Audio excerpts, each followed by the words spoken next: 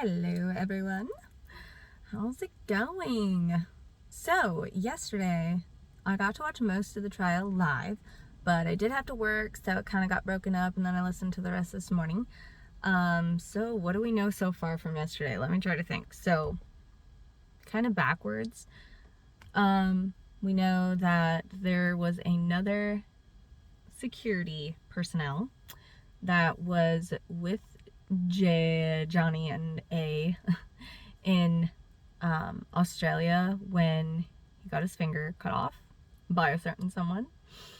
And he said that when he got to the house, Johnny was upset and kind of like, you know, just upset and yelling back and everything, but could hear Amber or A screaming loudly and very upset, and like he was like, she was crazy. And so he's walking around with his finger dripping everywhere, and he's like, come on boss, let's go, come on. And he tries to get him to go, but then he walks back in the house a couple times to try to leave in peace, but obviously it doesn't work. So then they just leave, and apparently in his testimony, he said that he got Johnny in the car and then he took him to his apartment and got his finger all cleaned up. But the other stories were like, I pictured them cleaning up the finger outside in the car, because when Dr. Kipper showed up, he was already in the car ready to go. So that part didn't really make sense, because he said that Dr. Kipper and Debbie had to go to that security guard's apartment to clean his finger. So that's really the only part of Johnny's side that I thought their stories didn't really quite match, but I guess they didn't really specify where did they clean the finger, because I was under the assumption Johnny's sitting in a car ready to go when Dr. Kipper shows up, and Dr. Kipper had to go in the house and check things out and try to find the finger while Johnny's just waiting in the car for a half an hour. Like, that's what I was picturing. But maybe Kipper went to that house first to look for the finger and then showed up at the other one. I don't know. It's kind of confusing. That's like the only part of really Johnny's story that like doesn't all quite add up, because there was a lot of people involved and their own perceptions and everything. I don't think that part really matters. Like, who cares where he was? Like, the fact of the matter is, like, it happened. And it really sucks with like so many security people and like butlers and everything. It's like, how did nobody hear or see this actually happen? Seems pretty crazy. It's like someone had to be a fly on the wall, you know? Somebody had to have seen or heard it more than what they're saying. I mean, obviously, I'm sure there's times where they just want to be completely alone, and they're like, okay, everybody, it's time to go home, like, leave us alone. They want privacy and stuff, because they can't have someone with them 24/7. Even the part of when A is claiming that a phone got thrown at her head and her hair got pulled, and that horrible looking like she's lying testimony. The bodyguards were like literally outside of the door and or in their little like guard shack, which was just like an extension of the apartments outside, like in a hallway, like their own little cubby area where they could hang out and drink coffee and stuff while they're waiting. It's like, why didn't Johnny just have his bodyguards around more? Because they all even said she wouldn't do that in front of them. I feel like it would have saved them a lot of fights. Like, all right, well, since I'm paying you, you just stay in the room with us. Like, Amber loses private time because she can't control herself. That's what I would have been doing. Because, like, screw her after a while. If Johnny knows she gets like this, I would have definitely had people around me more. Especially if that's their job, is to keep him safe. And he's not even being safe by his own wife. That's pretty bad. Like, I feel like, especially if they saw bruises on him, which this last gentleman did say he saw cuts and bruises and swollen eyes and a busted lip at different times. So if that's their job, is like keep him safe, I feel like then they should have been more, I mean, who am I to say? But in reality, that is their job, of keeping him safe. And if they know he's not safe by his own wife, like I could feel like they could have pushed in a little bit more, you know, like, hey boss, we're gonna be, you know, we'll hang out in the kitchen while you guys are in the living room, or, you know, we'll, I don't know, like just be there more, like closer, because obviously bad things were happening. So that just kind of sucks that it even had to get like that, because like most people say that they were both so nice to the workers and butlers and security people, but yet to each other, you know, it was like scary. So yeah, it's just kind of sad. And it just like just goes to show, you know, just because you have money, just because you're famous, doesn't mean your life is perfect. And it doesn't mean you got it all together. You know, their relationships and their fights were exactly the same as mine and yours. You know, it's like it's all exactly the same because they're just humans. They all get jealous. They all want more attention. You know, it's like everybody's problems are the same, no matter what your bank account says, no matter what kind of car you drive. All of our emotions are basically the same as humans. So yeah, just a little reminder there. And then let's see who else was on the stand. Such a blur. I had a really long day today, so like my brain is fried, and I got like sunburns and my face hurts. Think. What else happened yesterday? Oh yes. So a different kind of like a security person, but he was the driver for Johnny and A for a long time, and apparently he went to Coachella or Coachella, whatever that thing is called. I don't know. Anyway, so that driver was there for the night after A's birthday party. You know, the whole like, I think she said he beat her up that night too, which was like the big 30th birthday party, if you remember that.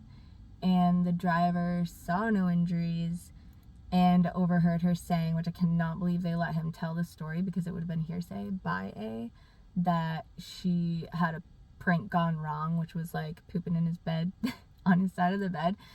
And she would have done it that night, the night of her birthday party, after he had left all upset, and she had thrown like his phone and wallet and all that out the window, which apparently I guess he did it to her too, which I never heard that part.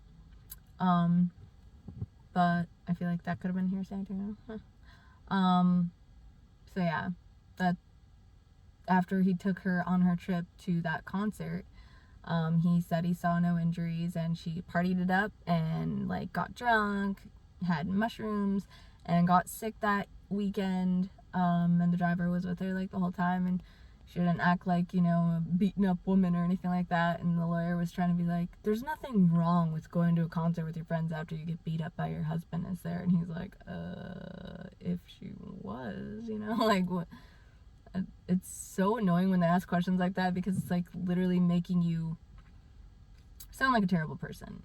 But you're not allowed to explain your answer. You just have to say yes or no, but that's so like compact, and there's not a lot of questions that can be answered in just a simple yes or a simple no.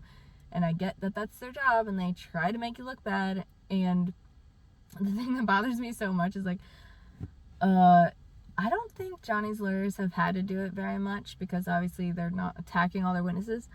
But A's lawyers definitely have been trying to catch every single witness in a lie. And it can be something so simple, like they worded it wrong, or they didn't get it exactly right. And sometimes like, which, okay, by the way, like this whole, them using the UK trial for every single argument is kind of annoying. It's like, okay, I get that the trial already happened and they already did all this witness stuff, and they might as well just use all the same witnesses and just, which is basically what they're doing with this stinking pre-recorded stuff, which is super boring. But they're using so much of their arguments on a trial that already happened, and just seems like, how is that allowed? Like, why, if that was like a completely separate trial, why are they allowed to like use that as their arguments? It doesn't, I just don't get that. It's kind of strange that they're even allowed to do that, because it was a totally separate trial. So I don't know, I guess they thought like we can win better like this, especially if A's team did win it the first time around, which I just cannot see them winning, unless, I feel like the only way A's team would win is if the jury was completely unaware of all outside media, completely unaware of all the audio tapes out there, and just completely like living under a rock when all of that went down, which some people had no idea who A was. So it's very reasonable that the jury knows nothing except for what they hear in the courtroom. It's very possible. And if they stick to the rules and don't hear any outside opinions and don't get swayed by social media, then it's very possible that she could win just based on sympathy. If they think she looks sad, if she gets on the stand and cries her eyes out, and like if she does a great acting job of saying how many times he beat her up, because that could still be coming, then maybe they could possibly win.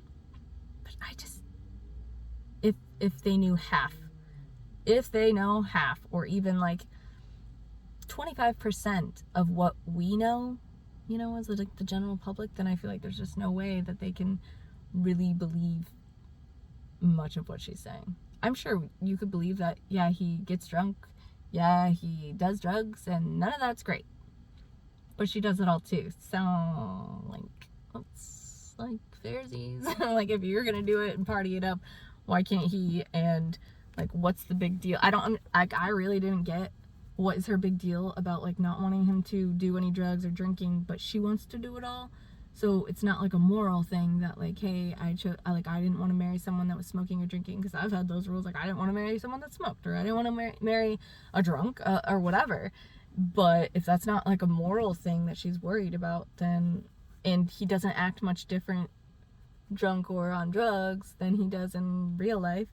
Like, one of the guys was like, Captain Jack Sparrow was way more drunk than Johnny Depp. And, like, I totally would believe that, because, and the funny part too, I'm rabbit trailing all over the place, but my opinion is, like, the only memories I had of Johnny Depp since I was a kid was, or a teenager, was that Johnny Depp always looked drunk. So in my mind, he was just like a drunk person, because that was his character. That's how I knew him. So I was like, everybody knows he's drunk. Why is the rum gone? You know, like, that's the only thing, like, stuck in my mind. So I was like, I don't think that's really gonna surprise anybody, because, like, his character was like that.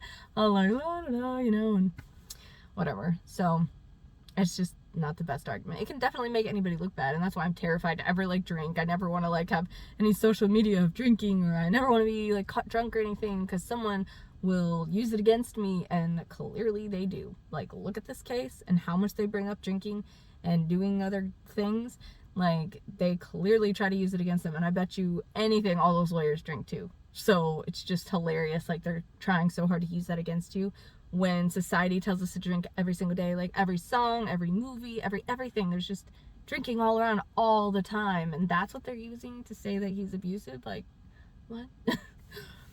Don't think they have a real strong argument, but they could have, like, a whole group of Amish and Baptist jurors, and then, yeah, then they'd be screwed, and they'd think, like, wow, he's just a horrible husband because he drinks, and then that's all they need, you know, to say, like, he's a terrible husband. But like I said, she does it too, so I mean, come on.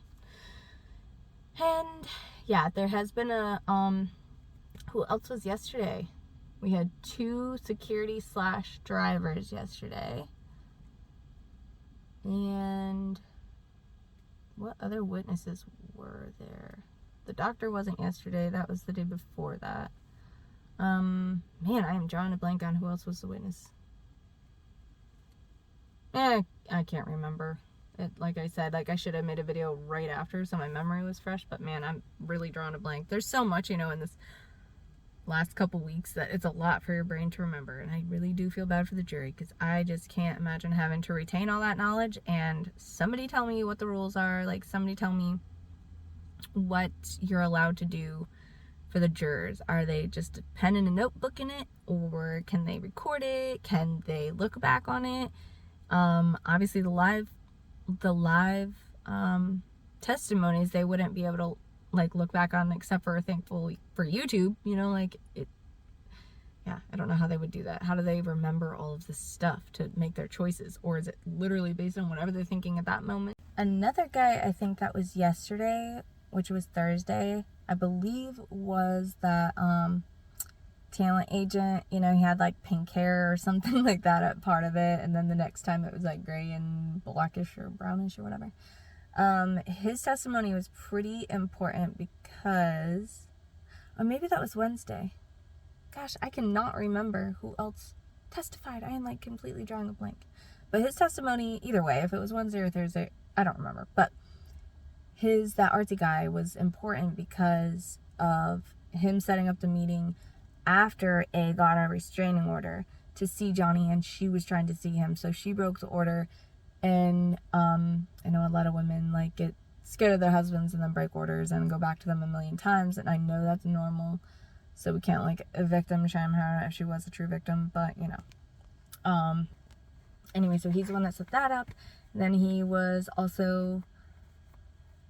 friends with both of them, and, like, got to hear both sides, and then got to hear, like, while she was dating Elon Musk, and he just, like, knows a lot, I feel like. And then he also basically said that the reason Johnny was not going to be a part of Disney is because of the op-ed. And that was like a lot of proof. Hopefully the jury noticed that he said that, because he had heard directly from Disney, and he's like an agent that would know for sure why he didn't get a job or why he did or whatever. And yes, Johnny being late to everything is not exactly a good thing, but he said he was late to every single thing of his life. So apparently they just worked around him. Like, they know, you know how sometimes you got a problem child and you're just like, let's work around this thing because we know that's just Johnny or whatever. Not saying that it's good, and yeah, I would not want my husband to not pay taxes, and I wouldn't want my husband to be late to everything all the time, but everybody's got their things, like I grew up very much like everybody late all the time. Like, I had to like break free of that cycle from my family, so no offense.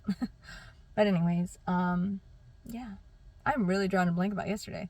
It was a Thursday, and I'm usually busy, and I had like a bunch of laundry to do, so I was kind of running around at the same time, and I didn't get to actually just watch it. So, and the best part of everyone, I'm sure, thought was the best part of yesterday was that A's lawyer just throws like off the wall stuff at the witnesses, and they're just like, no, that didn't happen. Awkward. So he said he was trying to pee in the foyer when that security guy showed up, and he was like, no, I think I would have remembered seeing Johnny's you know what. And he was actually like saying the word out loud in the courtroom, and everyone busts out laughing. Even Johnny was laughing so hard. He's like, I think I would have remembered seeing that. Like, no, that didn't happen. So it's like, what is A telling them? He's just trying to pee in the foyer while he's got his finger chopped off. I mean, yeah, if he was like in a complete state of shock, who knows what he did. But I guarantee you, if my husband threw a vodka bottle at me and chopped the tip of my finger off, and I was a complete state of shock, and I'm normally an artist and love to paint, yeah, I'd probably paint all the walls too and be like, well, there goes my life. I'm just done. And I probably would have smashed some stuff up too, slammed some cupboards, knocked over everything, and then I would have made him pay for it. Like, if that actually happened to me, if that, was my life. So I feel like she should have had to pay for all the damage. She should have had to pay for all that stuff. But, that was an important witness. Oh, the poor guy. It was that older Mr. White guy that was the finance guy. And you could tell he was, like, really passionate about this and really wanted to say what's up. But his lawyer kept getting really ticked off at him. He's just an old guy. And I felt bad because, like, he kept moving his lip funny. Like, he had, an issue. And he just looks so old and fragile. But he makes $750 an hour or something crazy like that. Like, my gosh. These people, it's just like so mind-blowing, the things that they get to do in their lives, but hey, we could all be them if we really tried. So anyways, he was important for A's hunger for all the money, and how like selfish she just sounded, because if this is not true, if all the things she's claiming is not true, she doesn't deserve a penny of that stuff, especially for only being married for like a year and a half. There's no way she accumulated $14 million with him. I mean, I guess I have no idea. He could have, I guess. Maybe he gets $14 million a movie. I don't know. But in a year and a half, how much could he have actually made for her to deserve that much money? Because I'm pretty sure the laws in California were like, the cumulative money throughout the years you're married, you're entitled to. But like, if you made like a bunch of other stuff without her, then how's it hers? Like, I don't know. It's just, that's mind-blowing. Even if he did beat her up, I don't really think she needs to take everything he owns. But whatever. That's just me. Because I feel like, yeah, it's just really sad that, like, if a dude hits his wife one time, he can go to prison. And if a woman hits a man once, I don't know if anything happens. So that's really sad. And, like, bring awareness, people. Boys get hurt too. Okay? Okay.